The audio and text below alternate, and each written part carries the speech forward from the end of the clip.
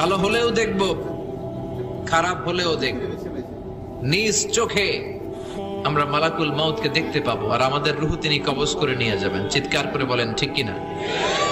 যারা মুমিন বান্দা, যারা ইমানদার, তারা মালাকুল মাউতকে দেখবে খুব সুশ্রী, সুন্দর, সাদা ধবধবে জুব্বা পরা একটা যুবকের বেশে। আলহামদুলিল্লাহ পড়েন।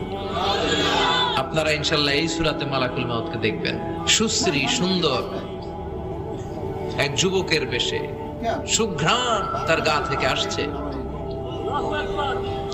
সে এসে মুমূর্ষু ব্যক্তির মাথার সামনে বসে পড়ে, বসে বলে, ইয়া আইয়াতুহান নাফসুল মুতমাইন্নাহ, হে প্রশান্ত আত্মা, উখরুজি ইলা মাগফিরাতিল্লাহি ওয়া রিদওয়ানি, আল্লাহর ক্ষমা, আল্লাহর সন্তুষ্টির দিকে তুমি বের হয়ে আসো। বলতে বলতে রূহটা স্মুথলি মুমিন বান্দার দেহ থেকে